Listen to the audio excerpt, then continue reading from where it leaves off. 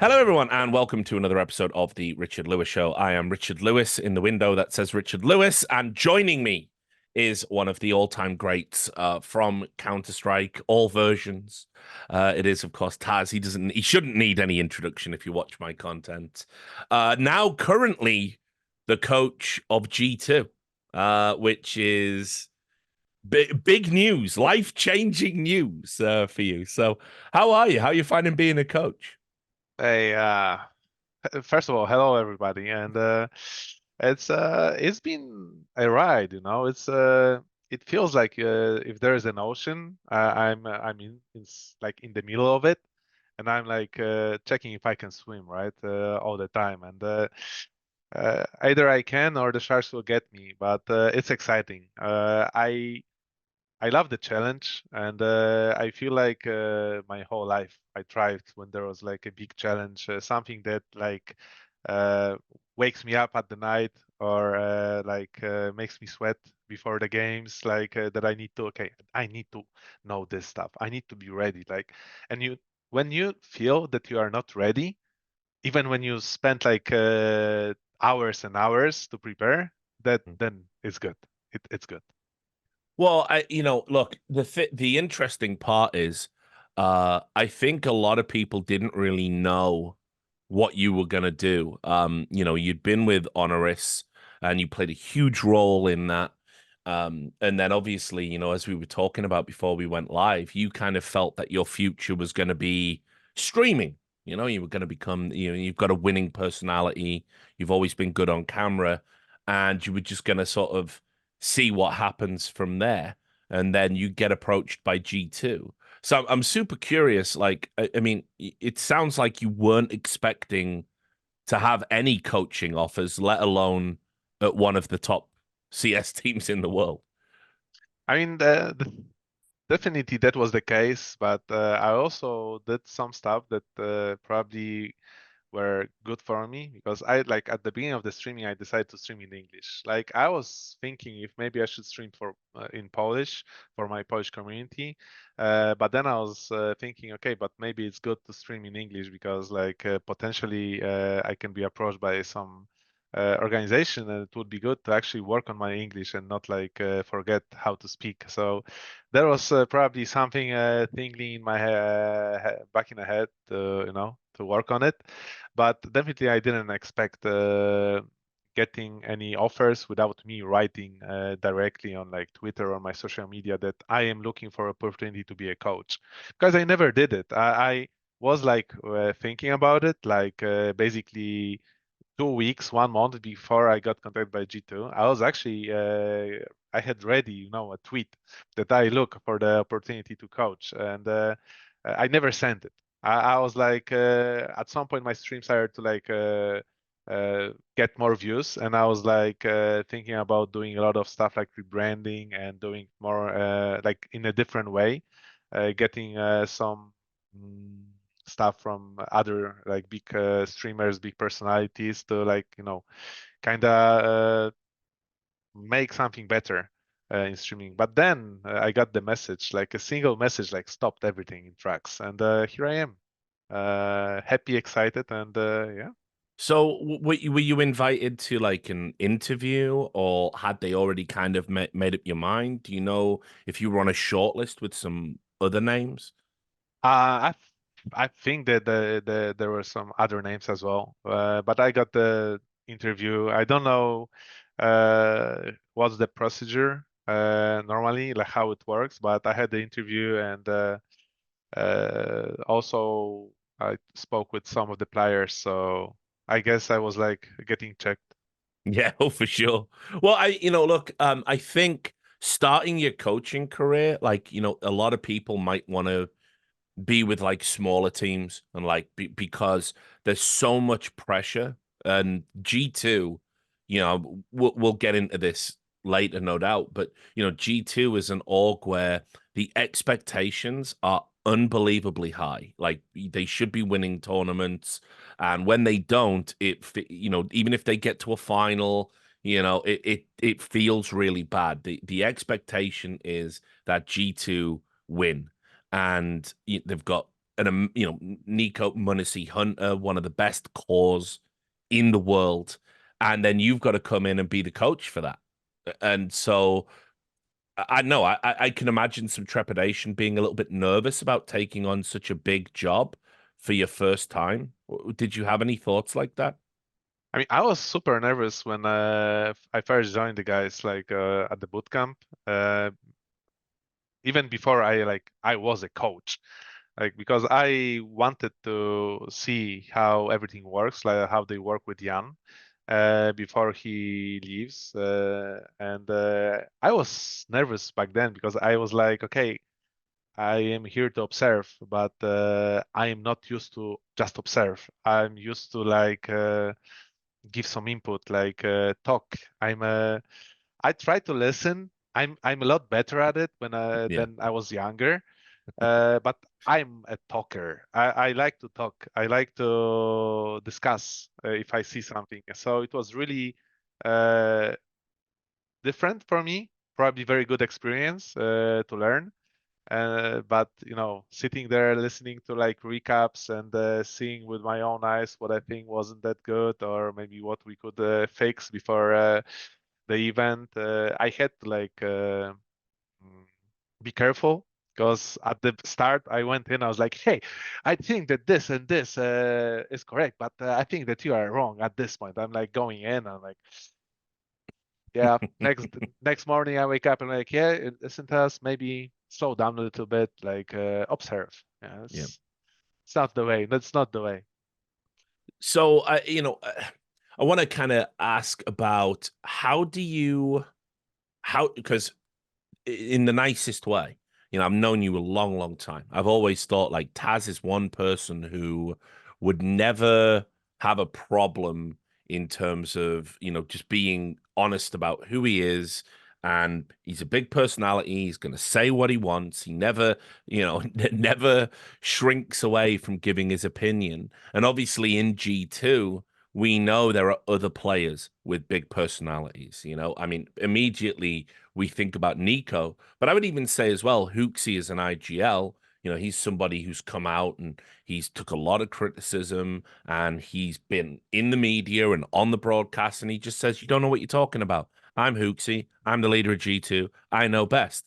And so you have to come in as a coach and you're from an older generation and you've got to give your input and you have to win these big personalities over. So I kind of want to ask about how you approach that because again, to other people that might seem intimidating.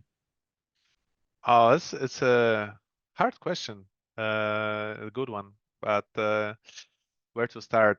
Or first of all, when I joined in, I could see from the beginning like how it will go, where I need some more time, where it is who's more open, who's a little bit more close, so you need to research first and see how to approach people because everyone has different character, different approach, and different hobbies.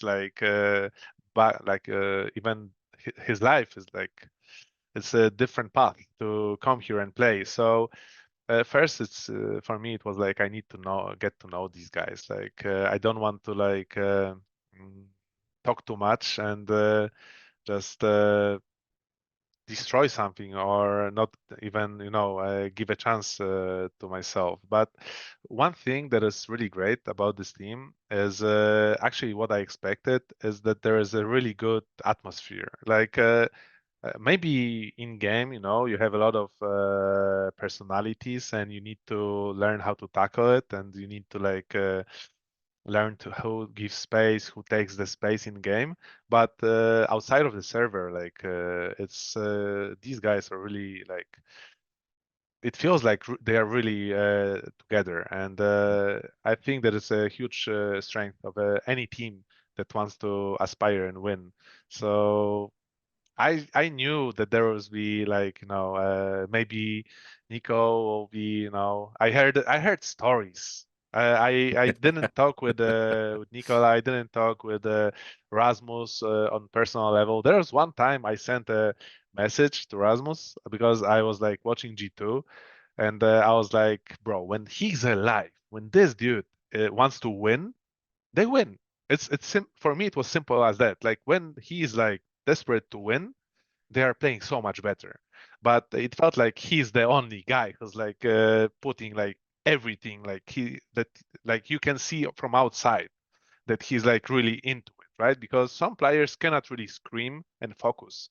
So definitely like everyone wants to win, right? But you can see some of the guys from the outside perspective, their reactions, their face, their like movement, their frustration or happiness, and some needs to be calm. But Rasmus, yeah, you can see from him what that he is like a very explosive guy.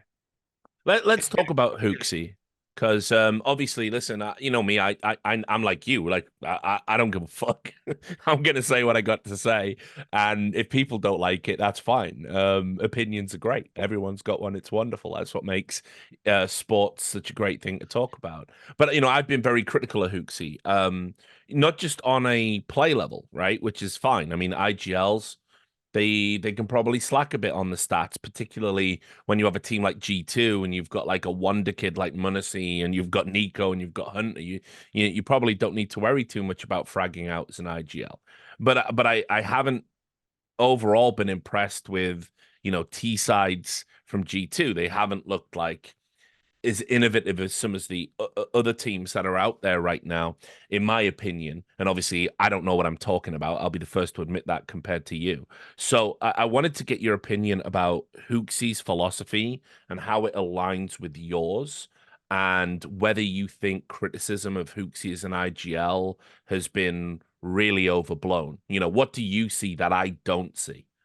Well, first of all, I think that when when I was a player, I had a philosophy that what I say is what I do, especially what I say we do as in-game leader. When I wasn't leading, I was like, okay, so how to make this team win? Yeah. Do I need to take space or I need to give space, right? And during my career, I've been everywhere. So I've been IGL, I've been a guy who's giving space, I was the guy who's going for frags at some point, and I just know how it is.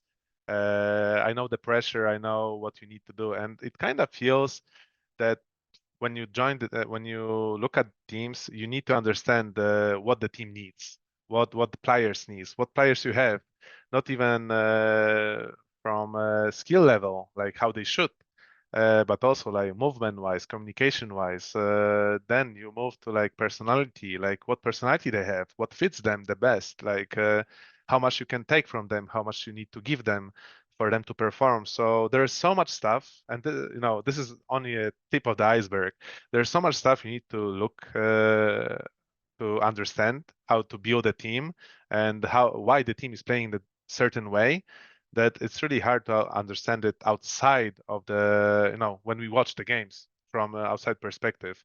Because when I joined, I mean, maybe not when I joined, like nowadays, where when I've been in the team for some time, I can definitely say that I'm impressed by HooXi and his approach to the game and how much he's a hard worker.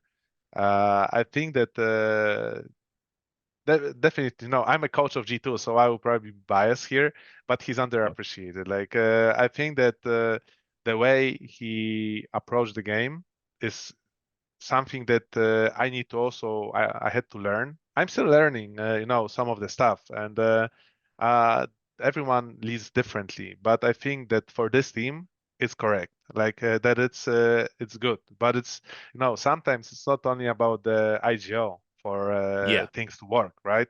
And when it comes to G2, I think that the biggest flaw wasn't like the way they played, the like tactics or like innovation.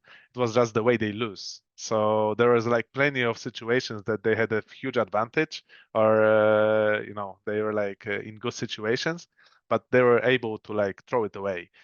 And some of these rounds sometimes are breaking you mentally, and they're breaking your approach to the game. And you can see like a team playing like very good for like first 5 rounds, but suddenly they lose 4v2, and the next 7 rounds in the max round 12, you're like, what is this shit? Like, how can you play like this? Who's doing that? And that goes on, right? But something cracked. Something happened during this game, right? And from outside perspective, we don't know. We just see the rounds in game, right? Maybe we don't see even the reactions because they are professionals. They will not show your, how they mentally struggle or what happened during the game because they can't. That's one of the aspects of being a pro as well, to not show your emotions to your teammates, and especially not to show it, outside to destroy the image of the team. So there's a lot of small things that are happening, a lot of small strings during the games, and I think that all these small aspects had a impact on the game. Mm. Would you describe your input that you have with the team? I mean, a lot of, in the past, for example, like Zonic and Glaive, the coach in the IGL there in that Astralis team, they had a very close relationship. They would do one-on-one stuff together, and Zonic would provide like analysis and input, and then Glaive would sort of assimilate that into his playbook. Whereas I've seen other coaches and they kind of leave the IGL and they say, like, look, you know the game, you know what playbook you want to run, you know the strats. I'm here to support you with the other stuff outside of the server. So, out of those two styles, two relationships that you sort of have, which one would you say is more like you? I, I'm a mix. I don't like to put myself in one spot. I think that the best way to coach is be water. Is like you Yeah. fill the gaps that needs to be filled, and you don't overfill stuff that is actually really good. So that's how I see myself. And also the other thing is that you need to build up trust. So some things you say, and if you are super experienced and you've been on a scene and playing all these tournaments, and you're like very sure that stuff is working, then yeah, go with it and slam the desk and put your uh, thoughts in motion. But for me, it's like, if I like to listen, I like to talk, and I like to observe. If I see that Rasmus, for example, is doing a great job as IGL, like, I'm here to help, but I'm not here to take over. And I know that I know how it was when I was IGLing. I know how it was to have a coach. I know how it was to, to not IGL and have a coach. So I kind of learned the hard way, and I'm just here to give my best learning. I mean, learning experience, the stuff I learned. So yeah. Um, we'll come back to results and G2 in a moment. Here's the next thing I want to ask you about though. Obviously we've got CS2, MR12. The economy's weird. They haven't like scaled the economy to MR12. It's kind of an alien game for people that have played for like a long time or followed it for a long time. And so I wanted to ask you about the current meta, the format of MR12, the economy, and kind of what you think about it. Because obviously you go all the way back to the start of the game. You remember the crazy like old MR12 with the 3-minute rounds and all of that stuff. So I wanted to just ask you about what do you think of this current version of Counter-Strike? I mean, the fun part is that what you said, that people think it is an alien game. So it's not the people who play long; it's people who play actually like 5, 6 years, or maybe Yeah, like yeah. start playing 8 years ago when CS:GO was like, voila, really good, and fixed all the errors. Like, we've been through charges only, we've been through bunny hopping, we've been through like playing maximum 12s. We played condition 0, 1.6, source. CS:GO, now CS2. So for me, I don't treat this game as CS, like as a new game. I always treat Counter-Strike as Counter-Strike.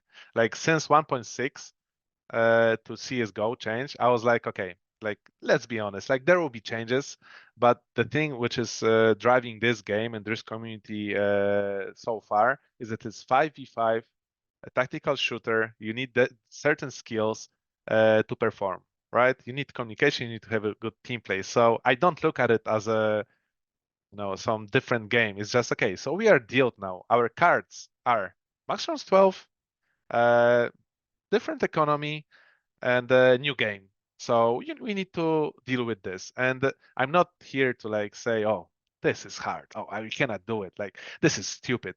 This economy. Like no, you need to play with what you have. So you need to find a way to be the best at this version. And when they update it, you need to find a way to be the best at the new version. And this approach is for me the best you can have. And I was even thinking about, okay, maybe I'll start back playing Counter-Strike at the beginning of CS2. Like, this is a new game. Probably a lot of kids or like old gamers will be like, oh, fuck this game. I hate it. I'm like, yeah, that's my way in. I don't care about it. I've been there. Okay, maybe I'm old. Maybe the reflex is not there. But hey, that there's a gap. But I'm happy here being a coach and just it's even for me it's so much I appreciate it so much more, and I have so much more fun nowadays being a coach than as being a player. Because when I was a player, there was a lot of pressure of like leading the team. Not even when I was IGLing, I felt that some things need to be spoken.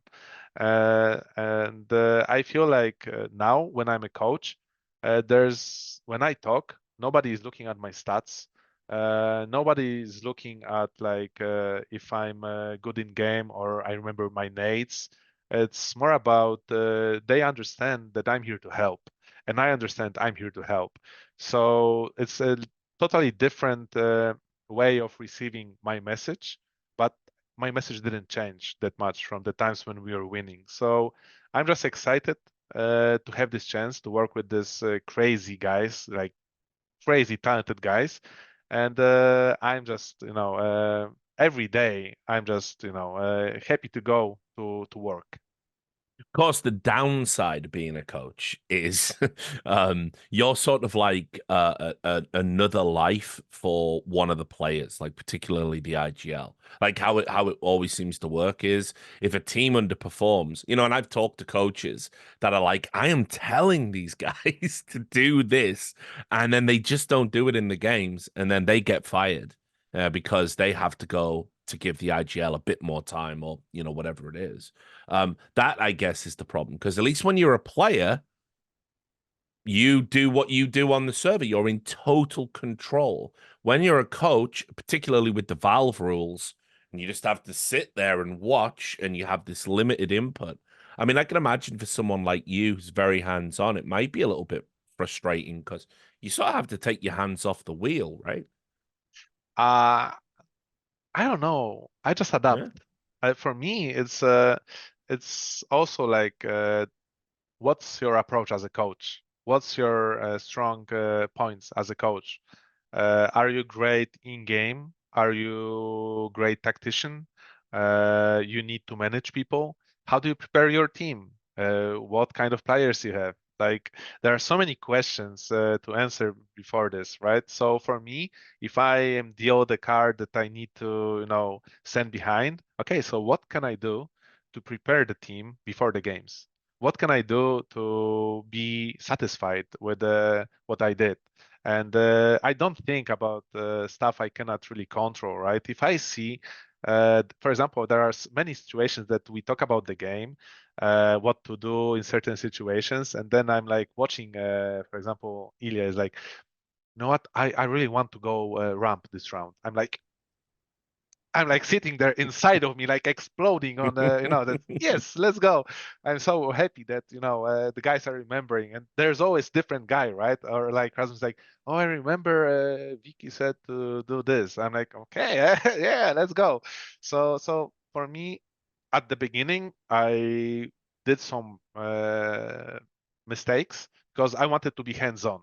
So I was like taking pauses, like 2 pauses, and said, "Guys, we need to relax, chill." It's like, and after that, I also got some feedback from the guys, and I was like thinking, okay, like, yeah, we need to deal with some stuff before the game and not during the game. So I think it's all about learning and just working with what you are dealt. Mhm. I don't like one thing is like I don't Yeah. think that. I'm not thinking that okay, so we underperform or we do bad and I get kicked. Like I told myself that either I am me and it's helping, or I'm I'm getting like removed. Like Yeah. there's only one way to go. You need to be real. You need to be honest. If you are honest, but that's not enough, then you need to deal with it, right? That's not for you. Yeah, yeah. So we can talk about the results and how they've been going so far. Obviously, I think you've had two full tournaments now where I've kind of been able to, see how things are. And I think the finishes that it doesn't really tell the full story. I want to just talk about Blast and Katowice for now. And obviously, you got fifth to sixth in both of them, and you had some like good wins. Like obviously the teams you're beating. You beat Heroic. You beat Team Liquid. You beat Ninjas in Pajamas. These are all great statement wins across those two tournaments. Where you've kind of fallen afoul is when we've got into those top five teams and you lost to Navi and you've lost to FaZe and you've lost to the new Ents, which I thought was a little bit surprising at Katowice. Um, Overall, I understand there's like going to be a period of experimentation. CS2 is new. You're a new coach coming into the team. Um, where do you think you are overall, based on those finishes? I know you're someone who's very hungry for trophies, and I could see how disappointed you were, but I think you've made progress. I think this G2's improving. That's my opinion. I mean, the thing which is important for me, the most important, is that we feel that we are making progress. If we are going to lose, but we feel like we improved from the past event, then I'm like totally okay with it. Like not totally, like I'm okay with it. Like obviously I would like to win. I know what this team is capable of, but we need to accept the things, the reality that it's a new game. Like you said, like people need to adapt to the new game. Some adapt faster, some adapt slower. So we need to understand that, like also the positions you cover make the adaptation like slower or faster for you. Because if you are an aggressive guy and you are entry, then it probably the adaptation will be better for you, because this game is rewarding all the peaks and crazy guys in a way. So, but the guys who are more like technical, the guy who are like they like to take their time, it will take more time for them to adjust to the speed of the game and the peaks of the other players. So for me, like everyone is working hard, and I can see that. We also know the lineup changed a little bit, so there is work with that. We have new coach, we have a new player, and we are like doing progress. We are making progress. I'm happy with the approach we have, and it's just for me we need to be patient because like if we do all the steps correct, there will be no gaps when we start hitting our shots, when we start playing on the highest level, because we will be sure that we made a good work before. Mhm. So the fundamentals are there. Yeah. Well, obviously, you talked about the new player coming in. This is something I definitely wanted to talk about because I know you weren't there for the JKS lineup, but the public reaction to the removal of JKS, and then they remove JKS and they're bringing Nexa back. I mean, you know what the average Counter-Strike fan is like. They have opinions, and very often it's a collective. They all have the same opinion all at once. And so the opinion is that, wow, this is like the worst roster move in the history of the game ever. Nexa's not anywhere as good as JKS. And yet in the interviews, Nico and HooXi have said, we didn't have any personal issues with JKS. It's just that ultimately the space he wanted, we need somebody that's a bit more supportive. And we don't need another star player. We need somebody that's an enabler for all the other players we've got. You know, we got Muncie, we got Hunter, we got Nico. We don't need another guy trying to be like that. We need a guy who doesn't mind dying so, you know, they can have their pop-off games. And so I wanted to ask about Nexa and what you think he brings as a player, because I think people really need to hear it. I'm watching these games and I'm seeing Nexa do things that JKS wouldn't do. Not in the sense of like JKS is a fantastic player and a fantastic anchor or whatever. I'm talking about Nexa will stand behind someone with a flashbang, and if he's got to die so someone gets 3 kills, he'll just do it. So to me, he looks like a great team player, regardless of stats. So, as a coach, what are his good qualities in your opinion? I mean, I just like the lineup and the approach that Nexa has, and I think that he's a very good guy and very calm in game. It's not only about shooting in the game and getting all the stats. I think that also when you've been an in-game leader for some time, you learn how to work with other players. You learn to expect some stuff from your players. You understand that you need to give space for some players for the team to perform even better. So I think that Nexa has all the understanding of these things, and beside that, he's a crazy grinder. He's like, if I'm sitting long and I'm first in the room to watch some stuff, he is leaving like after me. He's like, okay, I'm not sitting the longest. Like the guys are playing FaZe like crazy, but he's a grinder. Like whenever I was there, like 3 a.m. or like 2 a.m. when we were like starting the season, he was there and he was playing. So I know that his attitude is really good. I know that his approach is correct, and he, at least from my vision, and it just reminds me of some of the guys I played with in the past, like Cuban or Lord, like that. He don't care. He doesn't care about like himself. He wants this team to win, and he wants his guys to perform. Obviously, he wants to perform as well. That's what he's working on. But I just love the attitude, and it just gives me good vibes from the past. Yeah, well, I was going to mention that actually, because I do remember one event. Lord knows which one it is, but you know, I'm getting old as well. But there was an event a long, long time ago, and I remember you came out and did like an interview, and you were clearly angry with the way it went, and you said, you know, well, we lost that one because some people on our team play for the HLTV scoreboard, they play for the stats, and when a player in your team is doing that, you can't win. And then obviously, like loads of people were speculating, oh, who's he talking about? Who's he talking about?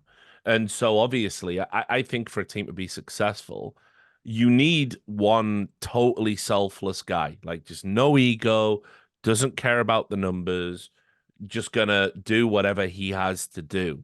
And I think all the best teams have always had that one kind of player, that one person who's just like, it just listen, all I care about is the trophy. I don't care if I'm the bottom statistically by the end of the tournament because I've got my hands on the trophy. So, and I think that's like, it's such a rare mindset for players to have because everybody's always a little bit precious about their stats. But I agree. I like Nex's attitude in that sense. He seems I to be mean, that kind of guy. what is also rough is that always when you're a player who's like giving space and playing the answer positions, you'll never get like the most frags, or usually you'll not get the most frags unless your team is not that really good, and you need to like get some exit kills.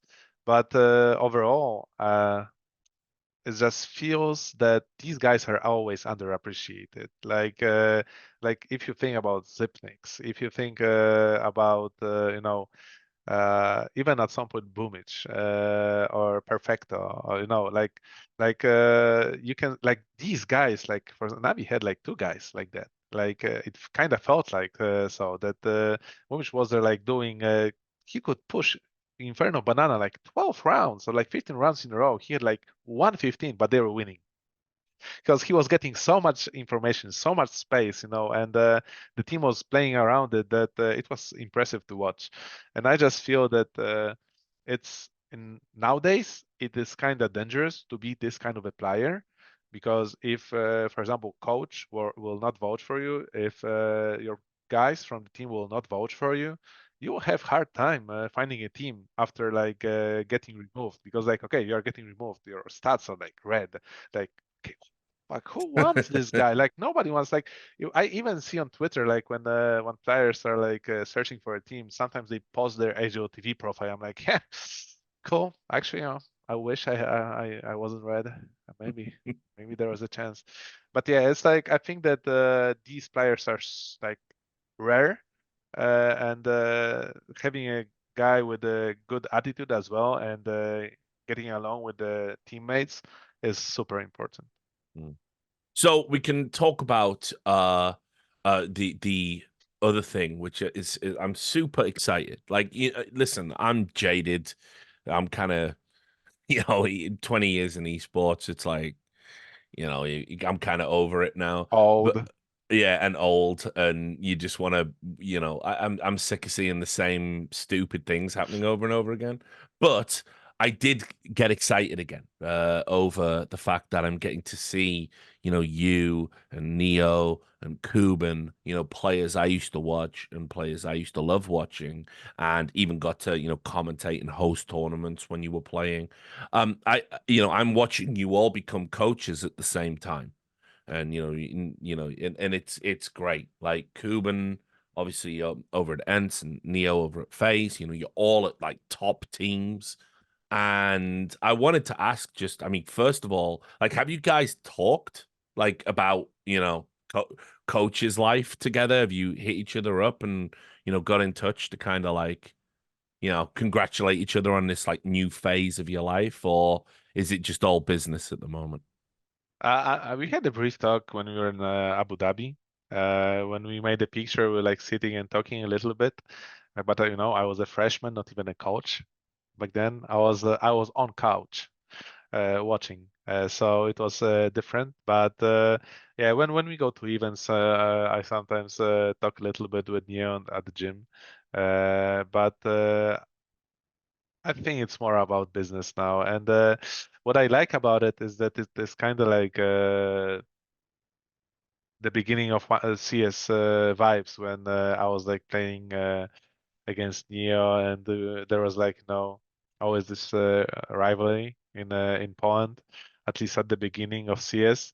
And it's funny that we started like that, and now CS like 24 years later, we are back at it, and yeah, that's really exciting. And I'm just happy to see Kuben as well, like doing good. He always had a good mind of from the tactical point of view, and he was always a good team player. And I'm just happy that we are all here, and kind of feels that we uh, fit the good teams. Do you have any insight into, you know, like, because obviously you've played against them, you played against Cuban, you played against Neo twice now. Um, do you have any insight into kind of like the differing philosophies that they might have? Like, what's the fundamental difference between a TaZ coach team and a Neo coach team and a Cuban coach team?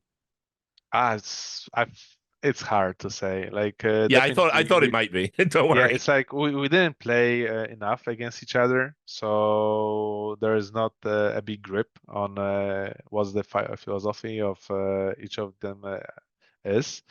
But it kind of feels that if you look at us from the outside perspective, how we are, like when we uh, walk outside of the game, it kind of feels that maybe we also give this to our teams in a way that no, I'm kind of like a fire. I just full of emotions, and now I'm very calm and stuff like that. But I try to work on myself because of the major. You cannot like even this is too much, so I need to be like very slow. I need to adapt.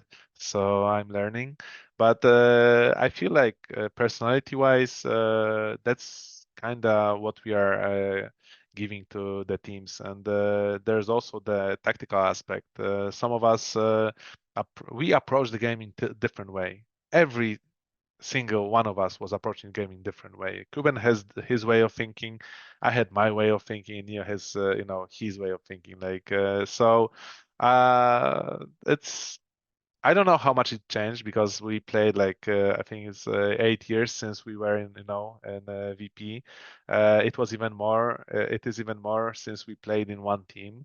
But I think that we just have a different approach overall to the game, and my approach is still like evolving because being a coach gives me a lot more. A different view. It's just I try to be I try to look at the game a little bit different, like more open and understand the approach of every single player and especially HooXi. Well, so you've already got a little rivalry going on with Neo. Because look, I've talked about the events where you finished fifth and sixth, but the reason I think you're making progress is, you went 3-0 in the RMR. Obviously, that's gonna play out very well for you when we get to the major. We'll talk about that in a little bit. But you had what I consider the TaZ coaching era statement win. You lost to Neo in Katowice, which I imagine was, very hard, because obviously it's the two, it's two Polish legends in Poland. You both played with each other for 14 years uninterrupted, the longest duo in the history of the game. And now you're on opposite sides, and he's got the better of you in Katowice. It must have been rough, but you got your revenge, and this is the best I've seen G2 since you got there. You 2-0'd FaZe, and it wasn't really a close game. I mean, like, you guys were pretty dominant, all things considered. And I think it bodes really well for the future. But I just wanted to ask about having Neo as a rival now. I mean, because if G2 wants to be the number one team and FaZe want to be the number one team, you're both going to have to be, you're going to be playing against each other all of the time. And it's fun now, but it's going to get really intense the longer and longer it goes. So, what's it like, having a friend become someone you've really got to go up against constantly? It's it's exciting. It's just when we lost in Katowice, like some of the guys were like, sorry, Victor. I'm like, it's fine, bro. It's as long we take a good lesson from it. I'm good with with losing this one. Like Neo is further, so he has still a chance to win, right? And also there are still ends playing for me, so I was like, okay, I can. I know that we are like moving forward, so it's fine. But when we went to RMR, especially when I saw us like getting a comeback against Eternal Fire on Nuke, I felt like yes, this is really good. This is like if I would have to pick the most important win on this event, it would be this one because we were able to like hold on mentally. We were able to like get this good comeback and win a game. So players would get a little bit of grip on how it is in match 12. That when you are like 12-8 down, it's not that far away. It's 4 rounds. It's not like you are 15-9 down in CS:GO. That's a lot more rounds to win. So I feel like from this perspective, it was important. And when it comes to like beating FaZe, I'm just happy we are 1-1. I'm just happy I'm not 0-2 down. Neo could brag against me, right? I still, Yeah. we still lost to Ants, so I'm looking forward to play against Ants. I know definitely that my guys also want to, play and show how good they are and, show that they are better than what we presented in Katowice. So I'm just excited for future and I'm happy to see us progressing all the time and having Neo Cuban up there for a challenge, that's a cherry on the top. Yeah, I mean, look, I would argue, and you can give me your opinion on this. I look, we all want to win trophies when we compete in anything. We all want to be the best.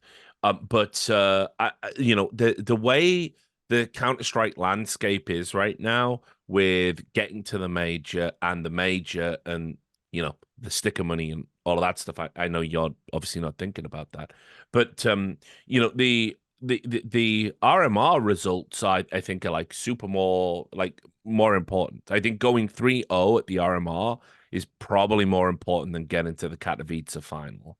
I know a lot of people, the fans probably don't want to hear that, but I think having that qualifying, having the advantage of being a 3-0 team at the major, I think it's super important for G2, particularly the HooXi era of G2.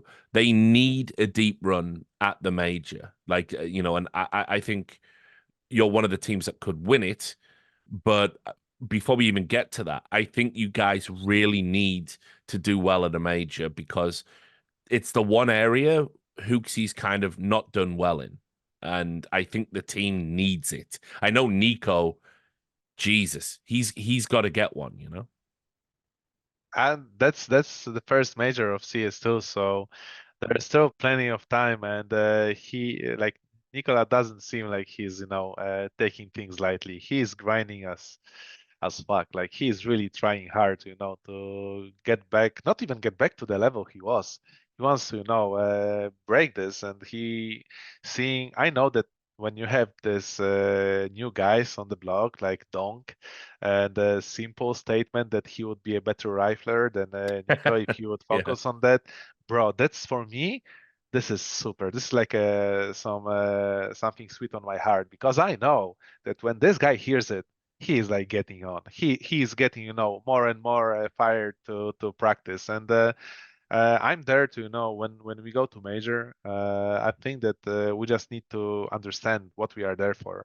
Like for what you are saying that we need to win or like we need to have a deep run, right?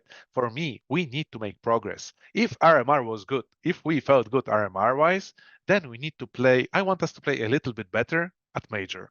I just want us to make another step at the major, and whatever result we get, if we do have another step to what we want, how we want to play on a day-to-day basis, I will be happy. I will be proud of the guys, and I think that when we are able to challenge FaZe, like a couple days after getting owned in Katowice, because that's how it felt, especially on Ancient, this means that we are doing good things and we can play against all these top teams. And I don't mind if people don't really think that we are like top 5 or don't think that we are the best team.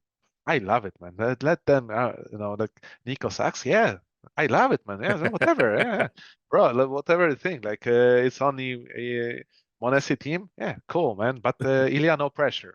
All right. Like I take everything what people want to say bad about the team. Like, oh, I'm there only to scream. Like, bro, it's good to not feel so much pressure, not feel like that you need to win because of something. Like this is CS2. It's this game just came in. Like everyone wanted to be on this major. We are there. We won 3-0 RMR. We hopefully we'll be there in the legends spot, so we don't need to play the opening round. But if we need to play opening round, hey, more repetitions. Like that's what I said to the guys when we were playing the Blast Spring groups, and when we were like in Katowice and lost against Ants, I was like, okay, that's not perfect. Like we have more games, it will be more tiring for us, but this is more repetitions. We are just chiming more and more games, and in a game that we are not comfortable in, right? So if we need to start earlier, fine. Let's start earlier. I will not. I will make sure that we are not thinking about the spot we are starting from, because if we start early, then okay, we get some warm up, we get some repetition. If we deserve to be in the next stage, we will get there. If we are bad, we will not be there. But if you start from the legend stage, then you better be ready from first game, because these guys are going for your head. And if anything is, if anyone asks me what is harder, starting from being already in the next stage or starting from opening stage, I would say the later stage is harder because the teams who are going against you, they are used Exactly. They've had the warm up, right? to this. Yeah, they are used to PCs, they are used to setups and stuff like that. So I am sure that whatever cards are we deal with, we need to just stay calm and proceed with what we decided at the beginning of the year. Mm. Yeah, I mean, look, I think certainly just on the point about, you know, making forward progress, I think that's a great pragmatic thing to say. And I totally understand it and I respect it and I believe it. But I would also go so far as to say as well, though, I mean, yes, G2 want to be heading in this right direction, but there are these career defining moments that like you know what I'm talking about. Where how many players start to think how many more opportunities am I going to get? When it came to the CS:GO majors, Nico obviously lost the final, then didn't qualify for one and flamed out of another. And it's like if I'm him, I'm looking at like Norbert's got a major, and I'm thinking to myself, like, am I cursed? There's this extra pressure to it. And I think if you guys can I mean like win a major, obviously amazing, but like just even get to a final again and show that you are indeed up there because you are better than sixth in the world. I don't think you're sixth at all. I think you're much higher up than that. I think it will do wonders for just everyone gets to breathe that sigh of relief and just we can focus now. And then we got another major in China at the end of the year. And we're going to get a major in CS2 100%. I think if it goes bad for the guys or it's a bit wonky or it doesn't quite go according to plan, I think that will be mentally a big setback for some of the guys, HooXi and Nico particularly. Uh, Maybe. I'm not sitting in their head, but I'm there to talk with them. I'm there to make them ready. Hopefully, I will do my job good, and we will be sitting here next podcast, with a trophy Yeah, behind me. exactly. So, I'm always a guy who thinks that you can win, and I'm in a spot where we definitely can win. But I will be the last guy who put pressure, via interview that we are, yeah, we been there, done that, not paying off. I would rather skip another try. I still remember the picture I did when we won. I don't know. I think it was Vegas. I was like, "We are number one. Hate us, love us, fuel us." I was like, "Yeah, okay, cool picture. Nice text. Yeah. Not looking good, not feeling good." So I think that there's these guys are super talented. I think that when it comes to Rasmus, he's when you look at in-game leaders, he's young. He's actually young in-game leader, and he's already won some events. He came to G2 and he gave them events. So if there is I don't think that there's a scare that how many more opportunities. And I think that Nicola is still, he's still young and achieved so much. And of the guys like Nema, Ilya, Nexa, everyone they will have another shot for sure, right? But what is important for me that we understand that we have a really great team at the moment, and mentality-wise, it's really good. And just don't put a target, that don't put the gun to your head that you need to do something. Just believe that you can do something, and definitely I believe in this team, and I believe that we can win. But yeah, you need to join the server and you need to have a good verification of that. Yeah. How have you found the G2 organization overall? Because one thing I think they're really good at, and it relates to this, my belief, you guys need to, have that deep run at the major and everything. One of the things I think they're very good at is they alleviate the pressure.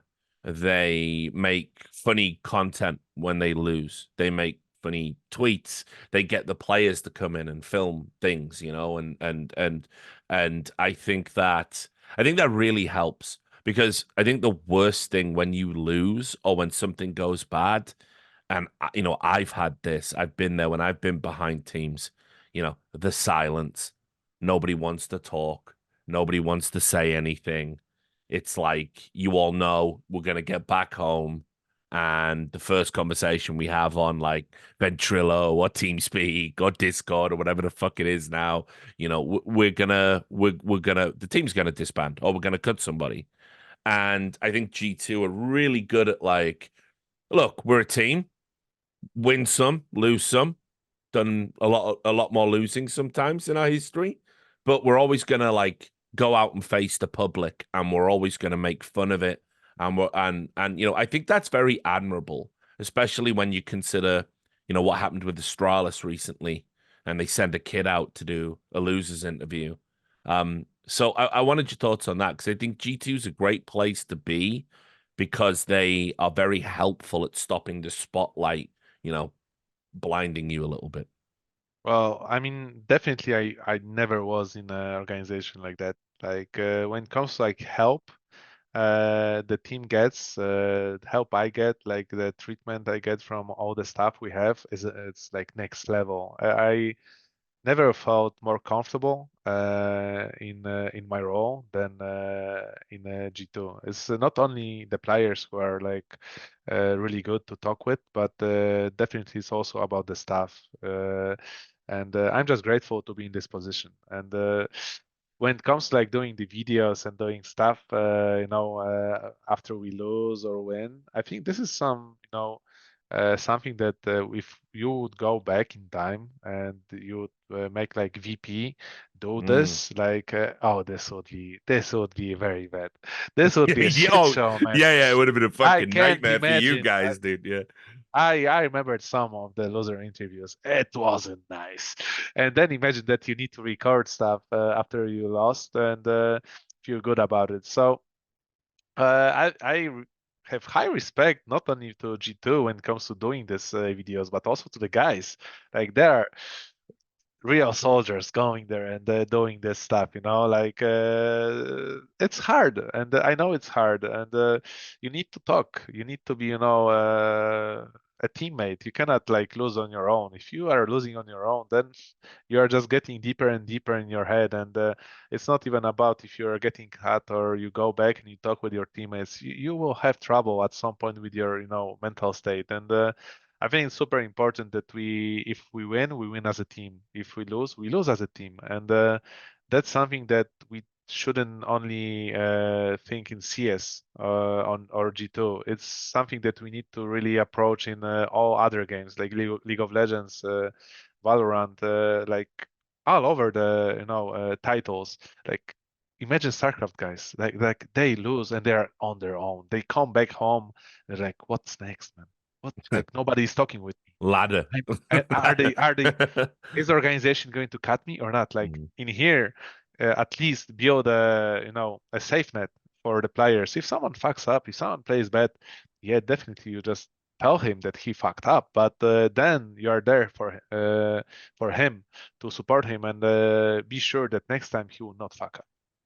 I gotta say, I think in terms of mental strength, I mean, I know I'm talking earlier about how I think it can be very easy if you don't win the things that you kind of think like it's my time to win. It can get inside your head a little bit, and like one win can make all the difference. But I've been massively impressed with G2, just the mental strength in general. Like I think Nico in particular, I think the maturing he's done down the years, and obviously, I mean, look, you've competed against him, so you remember the old mouse sports Nico, and now you're working with the new and improved modern Nico. But I talked about this on a stream recently when G2 lost that major to Na'Vi, and obviously Nico had that moment with the Deagle that everyone seems to think is the turning point of the match. I talked to him after that, the after party. I was hanging out with all the G2 guys. And his mentality was just so strong. Like some players that would like it would haunt you, but he was like very philosophical. We're having a beer talking about it, and it's just like, he said there would have still have been a lot to do, and like I was like, wow, this would have like you would have been raging about this. You would have been like totally broken a few years ago. And so I think actually between like him and HooXi, who I think are the guys that really need the win, I also think they might be like two of the most mentally strong players that are kind of out there right now. I think like nothing seems to phase them at all. Uh, hey, they're doing good job. Like, if nobody sees anything, that's great. Like, and also, I personally think that they did a great progress, and not even from the back old days, from Esports Nico to modern Nico, but overall, like since even I came to the team, I feel like we are much better. But like when it comes to mental, it's like work in progress. So you can be good today, but in 1 week you can be in a deep shit. Like you can be really in a bad spot, and like you need to work on it. Like just like you go to deathmatch, just like you go, to practice with your team, you need to constantly work on your mentality. And there are different ways to work on it, right? For some, this is like exercise. For some other things. So overall, what's most important is we keep on, working on ourselves and not get catched in, this. Oh, it's so good because I think that mentality can always be better. It's like you can always do progress, and if you are great as on your own, then bro, you still have like a whole team around you. So there is always work to be done. Yeah, I think great players sometimes because they're so used to being great, they don't have a plan B. And so when their plan A doesn't work, they struggle. But I think G2, the good thing about the roster overall is I think like Nico doesn't have to be on his A game all the time. There's players like obviously Munisi, who I think could be potentially the, what he's got every chance of being like HLTV #1 best player in the world by the end of the year. Um, I think he can step up and don't worry, I got you, bro. It's fine. It's not happening today, but I got you. And Hunter can do that too. And obviously, if they have a bad game, Nico can do it as well. I think there's definitely everything's there. I think you have like all the parts to go on and be a great team. I thought I was underwhelmed when HooXi and JKS joined G2 when they made the switch up initially, and Alexi B kind of went and all of that stuff. Um, I think in CS2, I think all bets are off.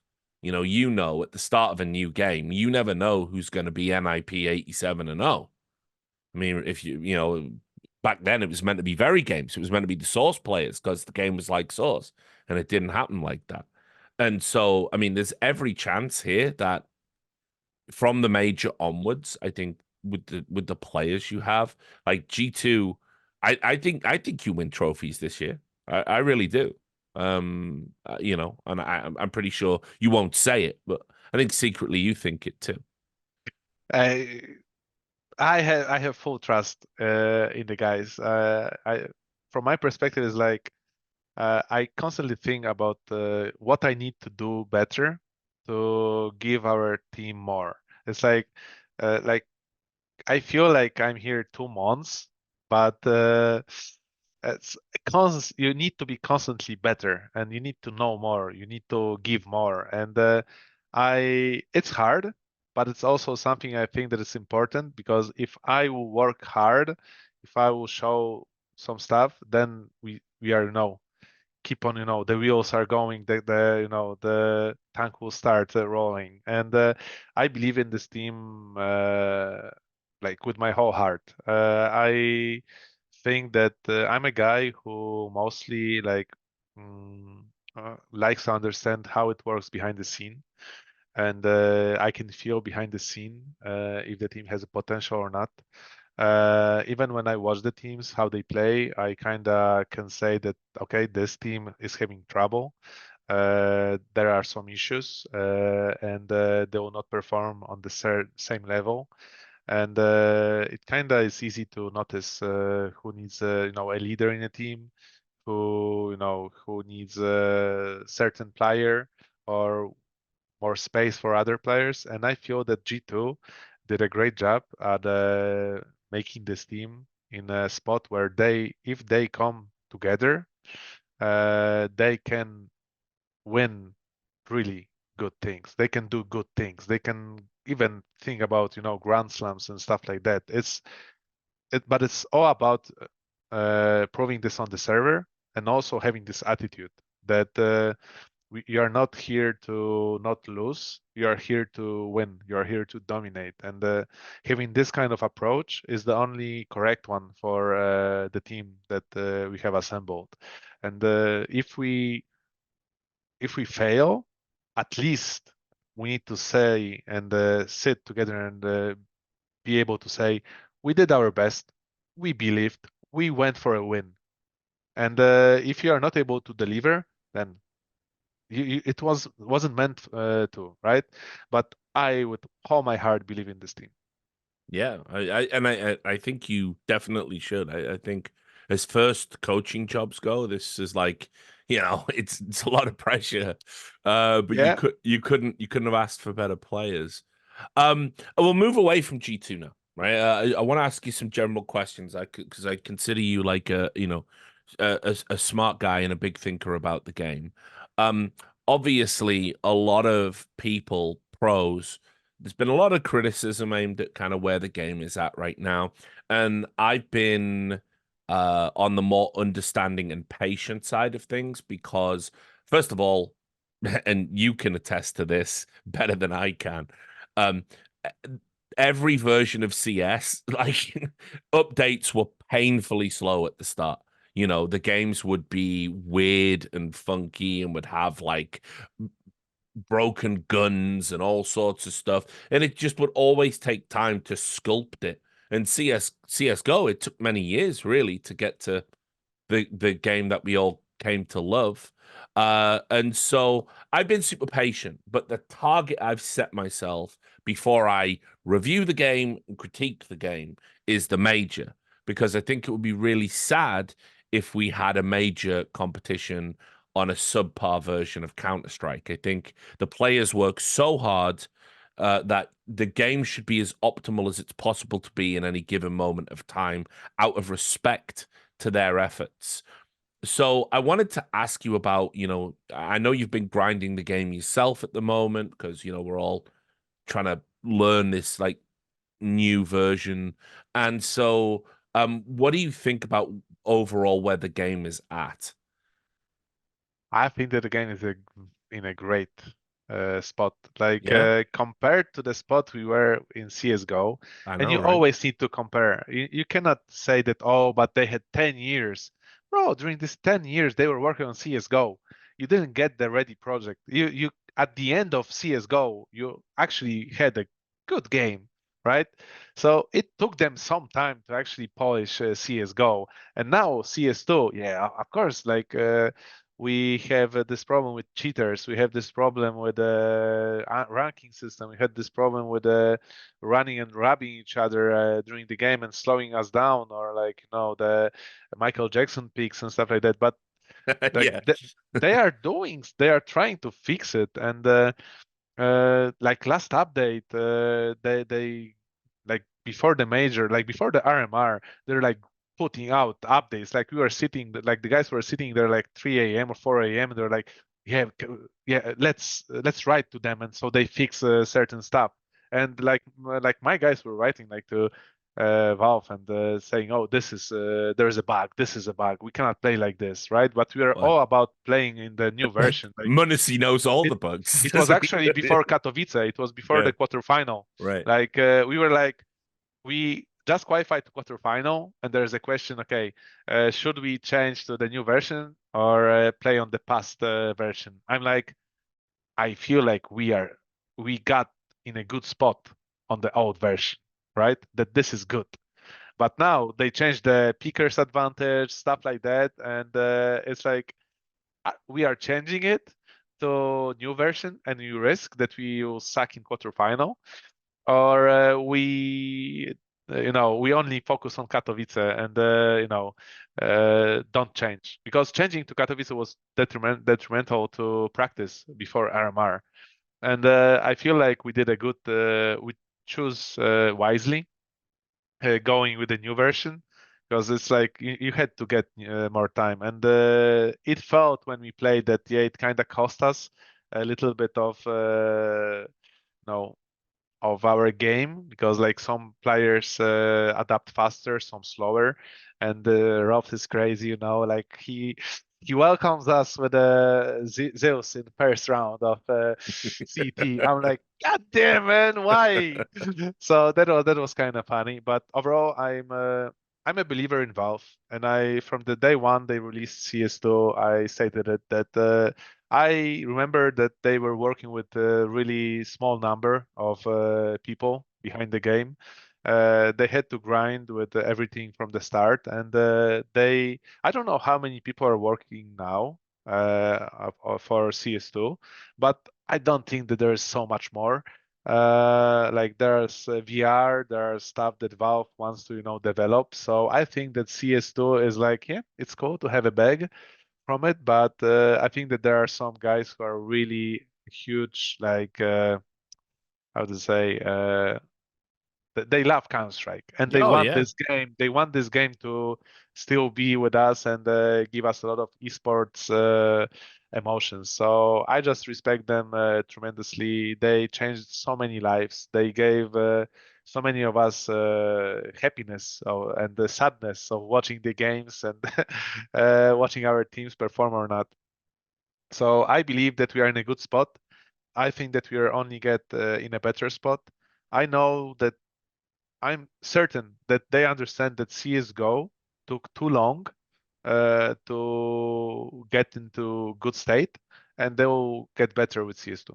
Yeah, and look, I'll do this because I know the people who are watching, right? There's this idea that I think there are no cheaters in Counter Strike. I don't know why people think that. I've never said that, but I do think two things. I think first of all, I think for the average player, my opinion has always been that like as long as I've played CS, people have been crying about cheaters, whether there are cheaters there or not.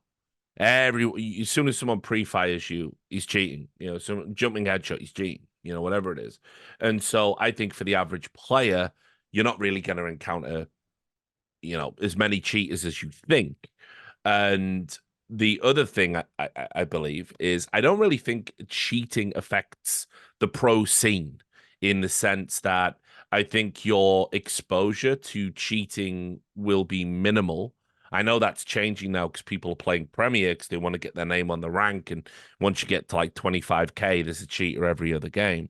But listen, I'm always open to taking on board other people's opinions, other people's experiences, particularly from people I respect and trust. So I wanted to just ask you about that because Pasha's up on stage at award show saying, "Valve, please get the cheaters," and everyone's talking about cheating.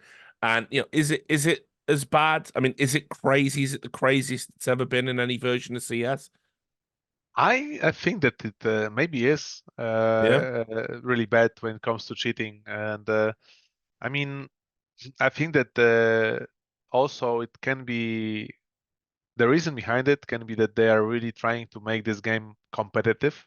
Like they want to, fix it on a competitive level more than they try on the casual. And maybe in the past version they went for the casual first, and the anti-cheat system and everything was just better. And now maybe they are just having issues we don't know about. Like they are very secretive in what they are doing, what they Always are have working been. on. Yeah. And like, yeah, we can, like, if we talk constantly, my view is like that. If you play a game with your friends and there is a cheater, right, on the server, and he's owning you, you're still playing with your friends. So you should be kind of okay. And there is a big chance that the next game there will be no cheater, right? Or you can go, let's say, on Face It and play, and there is a lot less chance like that there will be a guy who's cheating, and it's not that hard to get face it, right? So yeah, matchmaking wise, it's probably painful. I've been there. I played a lot of matchmaking. I know that it's painful, but on face it, yeah, people also like wall hack you or those have other stuff, but overall, it's like if you want to enjoy the game, you need to understand also your level. Like we are not Nikos. We are not Monesis of the game. Like we need to enjoy the game from the different perspective, right? And obviously, if you join matchmaking, like bro, there are so many people playing. You will hear bad words towards you. You will hear like some young guys, girls playing like, yeah, this is the world. Like we are playing and having. Everyone wants to have fun, and we are also in a world that there's a lot of degenerates. So like you need to accept it, and it's not only in CS that there's cheating, right? But No. I believe that leaving the game and like saying, "Oh, fuck this, I will not play," it's like if you love this game and you can't play matchmaking, try Face It. I tried Face It. I wasn't like disappointed. I actually enjoyed playing. Maybe sometimes people were like, using strange words and stuff like that. But it's like so I could play. I could play. So I feel that Valve put the ranking system for a reason. Maybe there will be something cool in future. I am definitely Yeah. believe in that. Yeah, But sure. Same. like at this point, I just only hope that they will bring the better anti-cheat. And Mm. my deep hope is that they are working on it. And uh, yeah, we could cry about oh there is so much cheater and stuff like that, but it's not putting us in a good spot like to make people want to play, right? If Yeah, we that's if my point. Yeah, the it makes loudest people not want to play, message right? Yeah. the loudest message is oh there's a lot of cheaters, then yeah, not too many people would try the game. It also encourages other people to cheat. It's like, oh look, it's fun. They notice us. So for me, it's like, yeah, I see it. It's a problem, but it's also still a really nice game. Yeah, Like I the think so. best game. Oh, without a doubt. I don't play it anymore. I've moved to Dota these days, but I'll always hold love in my heart for Counter Strike, brother. You know that. So look, just to start wrapping up, obviously, you're someone that has always been, dedicated to what they want to do. You've been on some of the most successful Counter Strike teams. You have you know, been part of the team that put Polish Counter-Strike on the map through its various iterations. You've, you know, you've done it. You've done everything that there is to do as a player, and now you're entering into this new era where you're being a coach. There's this concept, Thorin always used to talk about it, about some people are lifers, they'll never leave the industry that they love. They'll always find something to do and they'll always stay involved. So I wanted to ask you, is there ever an end of esports for you?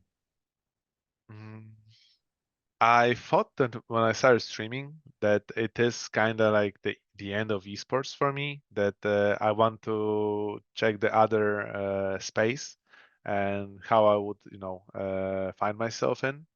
But then when I got the offer from G2 to become a coach, I thought that I always wanted, had this big dream that I would like to at some point help other players, not only in CS, but also in other games about, the approach to the game, about building teams, how it is to be a good player, good teammate, and not only in the game but also outside of the game, the approach of from mental side. So when I got the offer from G2 to become a coach, I was like, that's perfect. Like I need this. I need to try myself in this new space to like because coaching is totally different than playing. and I just need to get more experience working with the top players like the G2 guys, top staff like organization, like comparing it to how it was in VP, how it was even before uh, when we didn't have esports. Like it's super important for me when I will end at some point being a coach to send the message to young generation of players, and I think that that's something I want to do at some point to show the correct way of how to approach things in esports and actually gaming, because like I think that we got lost a little bit in this industry. Like we You're not got a wrong. little bit lost. Like it was always gaming. It was always gaming. It was always having fun. And when the internet came to life, it was about like playing with your friends online and just enjoying the time, playing with each other or against each other. I felt that esports was so pure at the beginning Oh, it was. when Yeah. when you were playing, and of course you were screaming like fight, like the kids were like doing a lot of weird things. Like I was one of them, but after the games, were like there was no like bad blood. Everyone was together. All the parties, all the time when you could discuss every problem you had with anyone on the scene, because you felt that this is such a nice place. And nowadays it feels that we kind of went in a bad direction, especially when you see all the problems from mentality side, like all the depressions, like players leaving the games at very young age, players getting like their career end because of some stupid behavior or the backtrack of it. So for me, I think that what we lack is education. Like we have this, you can enter the server, you can enter the game and be a coach and work with a certain group of people. But what is needed is some showing the steps for younger generation or current generation of how to actually approach it, how to approach playing with a girl, right?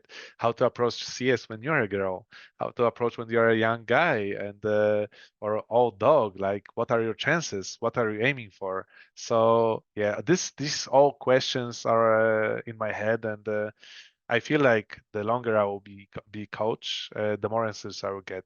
And yeah, at some point I want to move on with this knowledge and give it back.